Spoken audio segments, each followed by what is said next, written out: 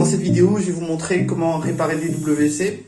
Alors ici, on a une fuite. Alors sur les WC, il y a 3 types de fuites possibles et je vais vous les montrer. Et je vais vous montrer comment réparer les différentes fuites que vous pouvez avoir sur votre WC.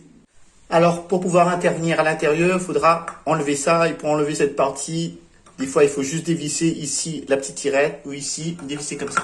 Voilà. Alors petit conseil que je vous donne avant d'intervenir dans les toilettes, vous donnez un petit coup de ça. Voilà. Partout.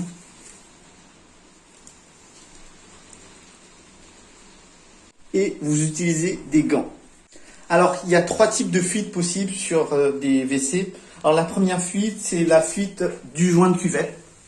Vous regardez ici, si vous voyez, alors je vous remontre, ici. Voilà, si vous voyez qu'ici, ça fuit, c'est qu'il faut changer le joint de cuvette qui se trouve en dessous. D'accord? Ce n'est pas le cas ici. Ok? Les 2 autres fuites possibles sont à l'intérieur. Je vais vous montrer, on enlève ça. Alors, les 2 autres fuites possibles, c'est quoi? Soit la fuite au niveau de la membrane, ici. Pour tester, vous faites juste comme ça. Et regardez, là, ça fuit. Déjà d'entrée, j'ai repéré la panne. La fuite, elle est ici. Donc, il faudra changer ici le joint de membrane. On fera dans un instant. Soit la deuxième fuite, ça se trouve en bas, au niveau du joint de la chasse d'eau. Voilà. Mais nous, ce qu'on va faire ici, on va changer les 2 joints. Le joint de membrane et le joint de la chasse d'eau. Ok? Dans un premier temps, ce qu'il faut faire, c'est couper l'arrivée d'eau. Comme vous êtes sûrement débutant, je vais vous inviter à fermer l'arrivée générale d'eau qui se trouve là-bas pour moi. Et fermer ici aussi. Ok? D'accord. On ne va pas se contenter de fermer ici, mais on va fermer aussi l'arrivée générale. Une fois qu'on a fermé l'arrivée d'eau, la première chose à faire, c'est de dévider la cuve, parce qu'elle est pleine d'eau. Vous remettez en place le bouton et vous appuyez.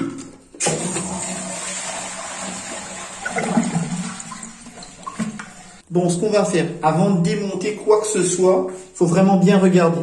Alors ici, lorsque je vais démonter le joint de membrane, il y a un petit mécanisme derrière, il faudra que je regarde pour le remettre en place comme je l'ai enlevé, d'accord? Donc je vais commencer à dévisser ça à la main. Tout se passe à la main ici. Hein. On n'utilise pas. Voilà, je commence à démonter ça tout doucement. Bon, lorsque vous voyez que ça fuit où je vous ai montré, c'est ici. C'est ici qu'il faudra venir changer le joint de membrane. Alors, il y a un détrompeur. On va bien regarder ensemble comment on enlève. Voilà, tout doucement. Voilà. Voilà. Quand je parle de détrompeur, je parle de ce petit trait. Vous voyez ce petit trait-là. Et ça, il faudra bien tout remettre en place. Donc ça va revenir comme ça. D'accord? Il ne faut pas que ça tourne dedans. On va regarder le joint avec pour voir s'il est encore en bon état. Apparemment non. Je mets ça quelque part par là. Voilà. Et on regarde avec. Regardez, il est fissuré ici. Voilà. Donc ce joint est à remplacer. Mais nous, ce qu'on va faire, on va profiter que tout ça c'est ouvert pour changer aussi le joint qui se trouve en bas, le joint de chasse d'eau. Pour bien faire, il faut faire comme ça. Il ne faut pas se contenter de faire une petite réparation. Lorsqu'on veut bien faire, on change tout.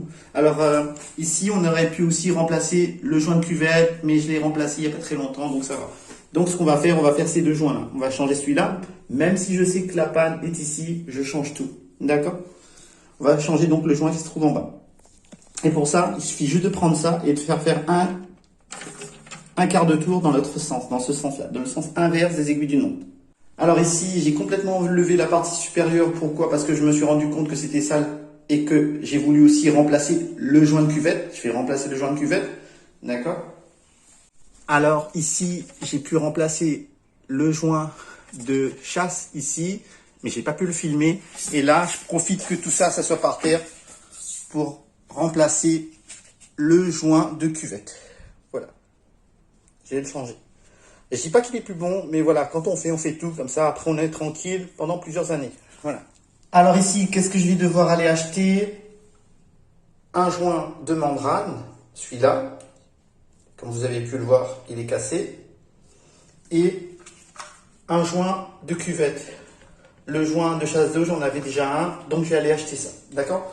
Si vous allez acheter, emmener les modèles, comme ça vous êtes sûr que vous achèterez les bons joints. Voilà. Allez, je vais acheter ce qui me manque et puis je vous fais la suite de la vidéo. Bon, voilà le joint de membrane que j'ai acheté. Voilà. Il m'a coûté 4 €. Voilà le joint de membrane que j'ai retiré et cassé. Vous pouvez le voir ici. Je vous l'ai déjà montré. Voilà le joint de cuvette que j'ai acheté. Voilà. Regardez comment celui que j'ai enlevé dessus, il est tout écrasé. Voilà. Bon, il n'y a pas de fuite, mais je vais le remplacer quand même. Alors, pour mettre en place le joint de cuvette, c'est très simple. Il faut juste le mettre ici, comme ça. Vous voyez, c'est pas très compliqué. Bon, ici, j'ai enlevé le haut, mais c'était pas nécessaire. Vous pouvez le faire parce que moi, j'ai enlevé en bas ici le joint de cuvette. Mais sinon, voilà, c'est pas utile. Là, je vais remettre les 2 écrous papillons.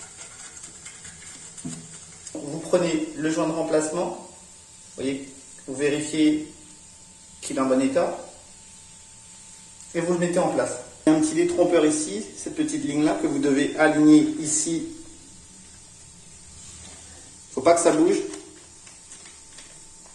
faut pas que ça tourne. Voilà, là c'est bien mis en place.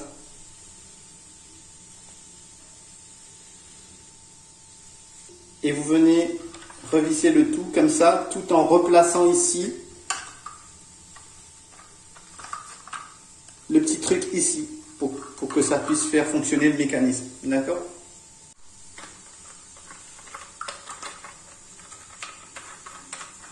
Et vous venez serrer avec les doigts et pas avec une pince. Et ça, il faut le remettre en place, d'accord? Ça. Vous vérifiez le bon fonctionnement du mécanisme. Voilà.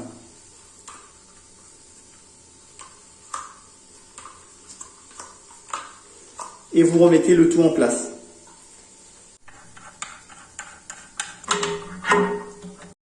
Vous n'oubliez pas de remettre le joint en place de ce côté.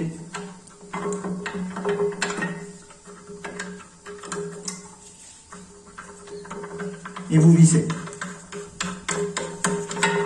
Assurez-vous de bien mettre le flotteur dans une position verticale. Ensuite, il ne vous reste plus qu'à revisser l'arrivée d'eau. Vous donnez un petit coup de clé ici.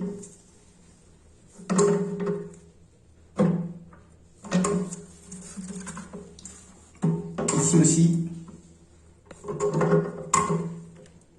Alors, tout à l'heure, je vous avais montré qu'il y avait une petite barre qu'il fallait bien remettre en place. Si je l'avais mal remis en place, ça ne fonctionnait pas. Regardez bien comment vous avez enlevé le petit truc pour le remettre exactement de la même façon. Il faut qu'il remonte et ferme l'arrivée d'eau lorsque c'est plein. D'accord?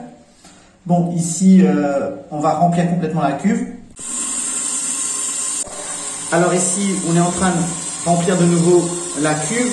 Ce qui va se passer ici, c'est que lorsque l'eau va remonter, ça va soulever le flotteur qui va remonter. Et c'est pour ça qu'il faut bien fixer ici la petite barre. Regardez bien, l'eau est en train de remonter le flotteur et automatiquement ça va couper l'arrivée d'eau. Regardez, écoutez, le flotteur remonte, voilà, et c'est réparé. Alors tout à l'heure j'ai fait un petit peu rapidement, mais là je vais vraiment prendre mon temps et bien vous expliquer en détail les 3 types de pannes, de fuites qu'on peut avoir sur des toilettes. Alors je vous explique. Ici, le problème qu'on a repéré, c'était une fuite ici au niveau de la membrane, du joint de membrane. D'accord? Alors je vous explique comment ça fonctionne. L'eau arrive ici, il passe ici, il y a un flotteur et lorsque le flotteur remonte, lorsque c'est rempli, le flotteur remonte et ça arrête ici l'arrivée d'eau. Tout le monde a compris ça. Mais le problème ici, c'est que ça fuyait ici. Donc, ça ne se remplissait jamais puisque ça fuyait. Et comme vous avez pu le voir, lorsque vous voyez ici que ça fuit, c'est le joint de membrane qu'il faut remplacer. D'accord? En fait, quand ça fuit, vous allez entendre tout le temps ça. C'est comme si ça se remplissait sans fin. Si vous entendez que ça se remplit, que ça ne s'arrête jamais, il faut remplacer le joint de membrane. Alors ici, j'ai pas pu vous le filmer, j'ai remplacé le joint de la chasse d'eau qui se trouve au fond. Si jamais un jour, vous avez des WC et que vous voyez que ça fuit tout le temps comme ça en permanence, même un tout petit peu, si tout le temps ça fait ça, s'il y a comme une sorte de petit truc qui coule en permanence, comme ça, c'est le joint de la chasse d'eau qu'il faut remplacer. D'accord? Et si vous voyez que ça fuit ici, de ce côté-là, c'est le joint de cuvette qu'il faut remplacer.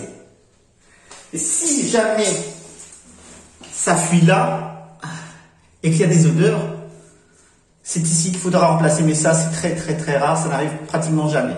Ça aussi, le joint de cuvette, c'est rare que ça se casse. Mais le plus souvent, ce qui se casse, c'est le joint de membrane et le joint de culasse. Là, il ne nous reste plus qu'à tout remonter et ces WC sont réparés.